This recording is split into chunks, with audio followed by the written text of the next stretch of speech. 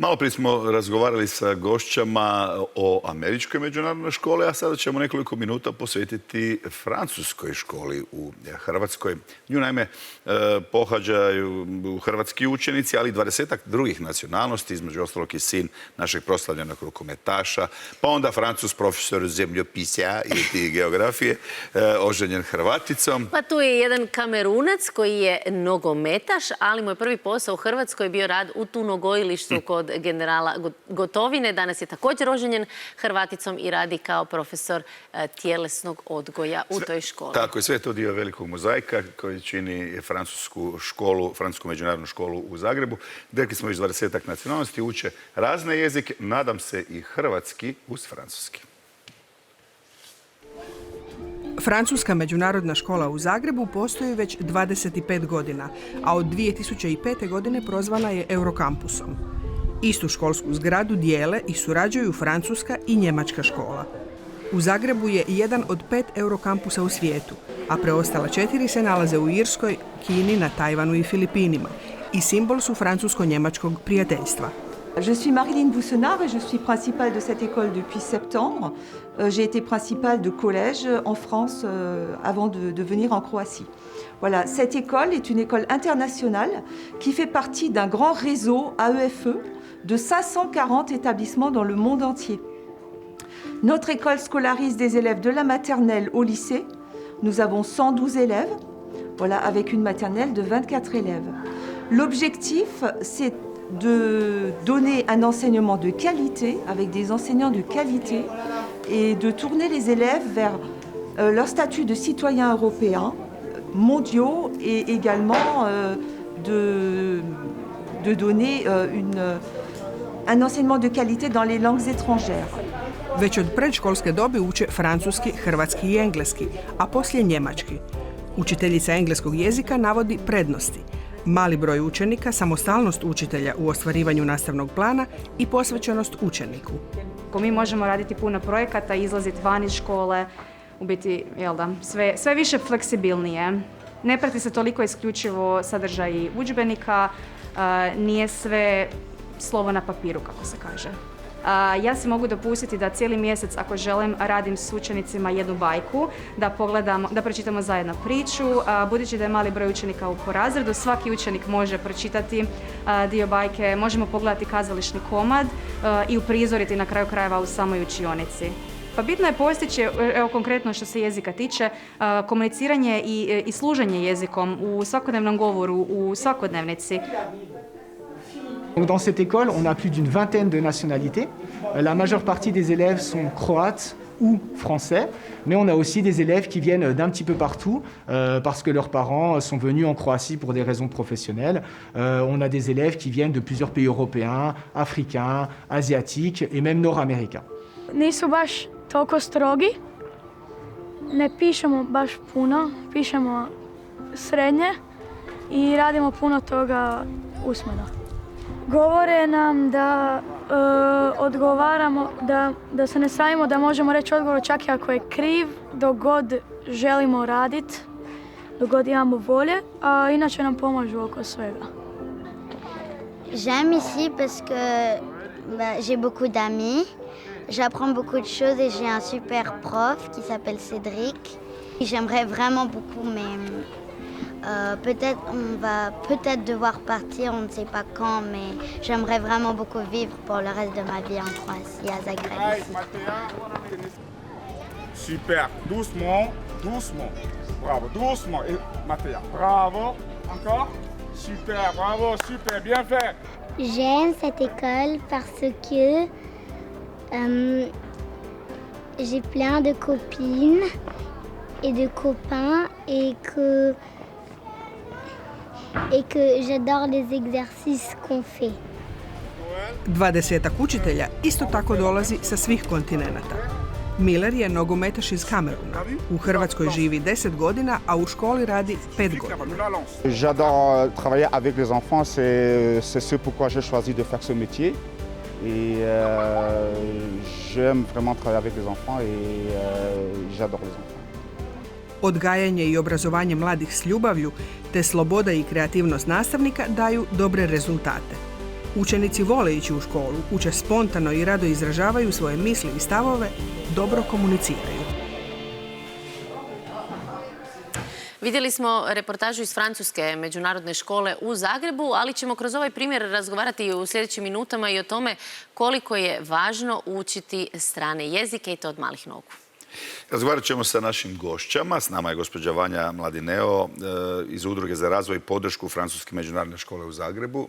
Dobro jutro. Dobro jutro svim vašim gledateljima. I majka dječaka. Tako je, sina. Koji ide u tu školu.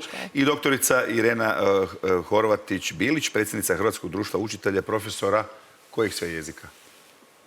Njemačkog jezika udruga, ja sam profesor njemačkog i engleskog jezika. Inače na pravnom ste? Na pravnom fakultetu, sveučilišta u Zagrebu, jezik struke za buduće pravnike. Pa dobro nam došli. Hvala. Nećemo sada willkommen, bienvenue, welcome i sve ostalo. Odlično. Gospođo Mladineo, zašto ste se odlučili baš za ovu školu za svoje dijete? Pa, moj suprug i ja smo prije nekih 10 godina preselili u Švicarsku, u frankofoni dio Švicarske i tamo se rodio naš sin i krenuo u vrtić. I njemu je dosta dugo trebalo da progovori i konačno kad je počeo pričati, onda je progovorio na francuskom i na hrvatskom. I to se nama jako svidjelo i kad smo se odlučili vratiti u Hrvatsku, krenuli smo tražiti vrtić gdje bi on mogao nastaviti pričati francuski. A gdje ste živjeli u Švicarsku? U Fribourgu?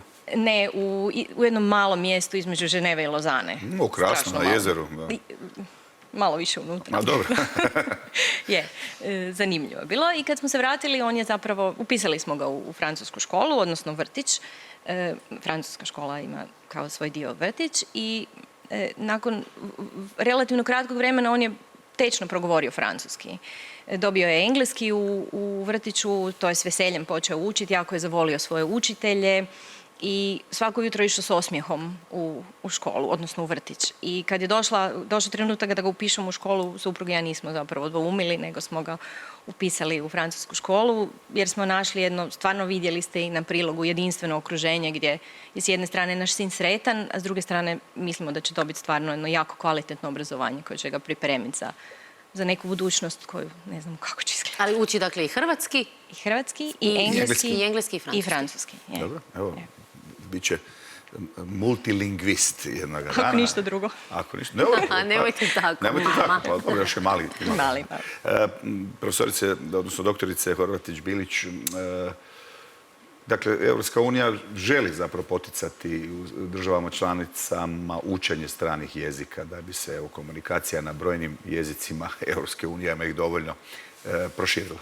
Dapače, to je dugogodišnja inicijativa već u Europskoj uniji. Imali smo niz dokumenata, a od trenutka kad je Hrvatska postala članica Europske unije, posljednje 2 godine donesena su 2 dokumenta koje bismo kao zemlja članica trebali u našem obrazovnom sustavu implementirati. 2019. to je preporuka o što sveobuhvatnijem pristupu poučavanju i učenju stranih jezika i nedavno donesena preporuka o ostvarivanju zajedničkog europskog prostora.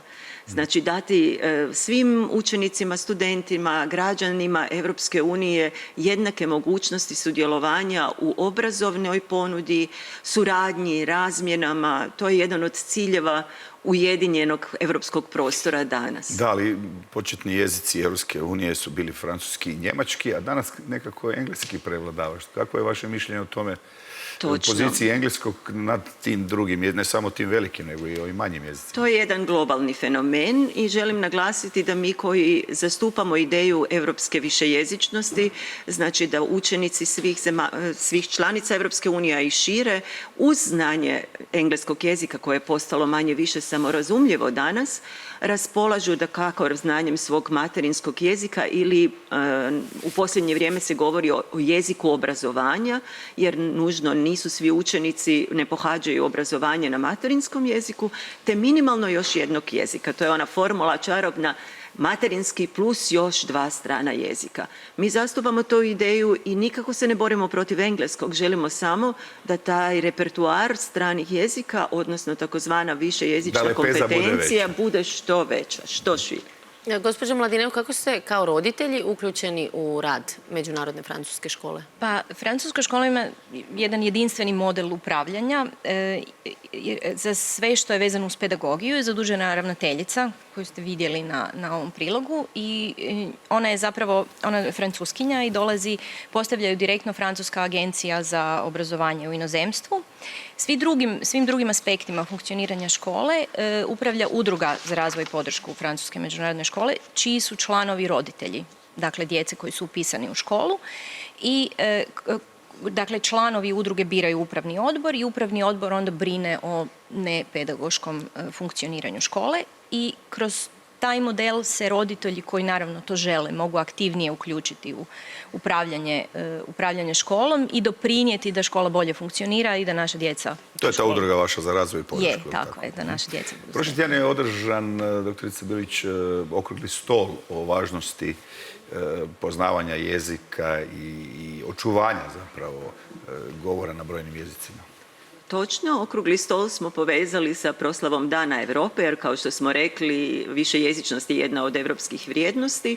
Inicijatori održavanja okruglog stola bili su Hrvatska udruga profesora francuskog i naše društvo profesora njemačkog jezika, a okrugli stol je bio na neki način nastavak komunikacije koju imamo sa našim nadležnim ministarstvom po pitanju unapređenja same nastave stranih jezika kako bismo do kraja obveznog obrazovanja, što je u Hrvatskoj osnovno obrazovanje, a osobito srednjeg školskog obrazovanja, zaista mogli reći da hrvatski učenici jesu višejezično kompetentni, odnosno da imaju barem određenu razinu znanja u 2 strana jezika. Nažalost, trenutno situacija još nije... Jeste zadovoljni koliko ima sati stranih jezika u osnovnoj školi? Pa nije toliko problem u satima. Ono što je dobro u Hrvatskoj je da mi imamo zapravo osiguranu dobru ponudu. Mi smo jedna od rijetkih europskih zemalja koje počinjemo sa stranim jezikom već u 1. razredu osnovne škole. To je odlično. Nudimo drugi strani jezik od 4. razreda osnovne škole, međutim kao izborni predmet, što za sobom povlači niz problema. I problem je što ste malo prije i sami rekli, što ta ponuda u 1. razredu je tam samo u teoriji višejezična, a u provedbi to znači da 90% naših prvašića počinje s engleskim, što nikako nije dobra osnova za razvijanje tog višejezičnog repertuara, jer početi s jednim sveprisutnim jezikom u okruženju spušta njihovu motivaciju da kasnije uče još nešto drugo. To je njemački u 1. razredu, nakon toga ćeš sve... Pa da, nekad se učilo njemački u 1. razredu pola ili francuski. To uzrokuje mnogo muke. Mi smo za to da se počne, to je preporuka znanstveno utemeljena. Dakle, pitanje redoslijeda jezika, da se u ovakvoj situaciji počne sa jednim drugim stranim jezikom, bilo germanskim, bilo romanskim, da se postave u toj najranijoj dobi kad djeca spontano uče temelji i osjećaj za učenje stranog jezika, a onda nadogradnja kasnije sa jezikom kao što je engleski s kojim su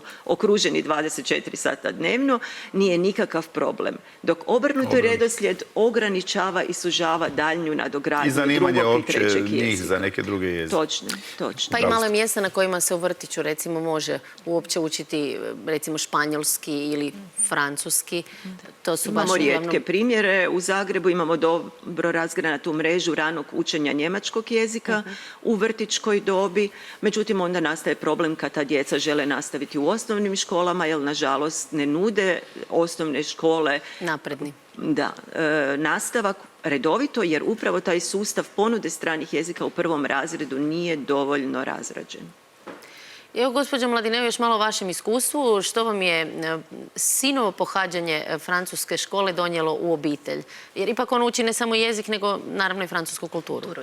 Pa zapravo je francuski jezik i kultura su strašno obogatili naš obiteljski život, jer mi nismo obitelj koji imamo nekakvu vezu sa francuskom ili sa francuskim. Niti moj suprug, niti ja nemamo obitelj u Francuskoj. Tako da od kad naš sin pohađa ovu školu, kroz sve ono što on uči, što donese doma, o čemu mi razgovaramo u obitelji, kroz njegove prijatelje, učiteljice, učitelje, kroz druge roditelje u školi, zapravo je francuski postao dio naše svakodnevnice i na tome smo jako, jako zahvalni i moram reći pogotovo u ovoj prošloj godini koja je bila jako teška svima nama zbog svih ovih restrikcija vezano uz pandemiju. Zapravo nam je ta škola i francuski na neki način bio prozor u život, odnosno u svijet i pogotovo našem sinu i za to moram se stvarno zahvaliti učiteljicama i učiteljima koji su u nekim trenucima stvarno nadljudskim naporima se trudili život naše djece u školi ima barem nekakvu, recimo, normalnost, ako to možemo tako reći. Evo, hvala lijepa. Možda, sad zanima me za kraj samo, jer razlikuje se francuski u Švicarskoj od francuskog službenog? Razlikuju. Mislim, njemački, Schweizerdeutsch i Hochdeutsch su dva strana jezika. Baš htjela reći, nije u toj mjeri, ali recimo način na koji broje u Francuskoj i u Švicarskoj. U Švicarskoj je to puno jednostavnije. Znači nije ono 2 puta 18 plus 19. To što sve zbunjuje. Nije. Hvala vam lijepa.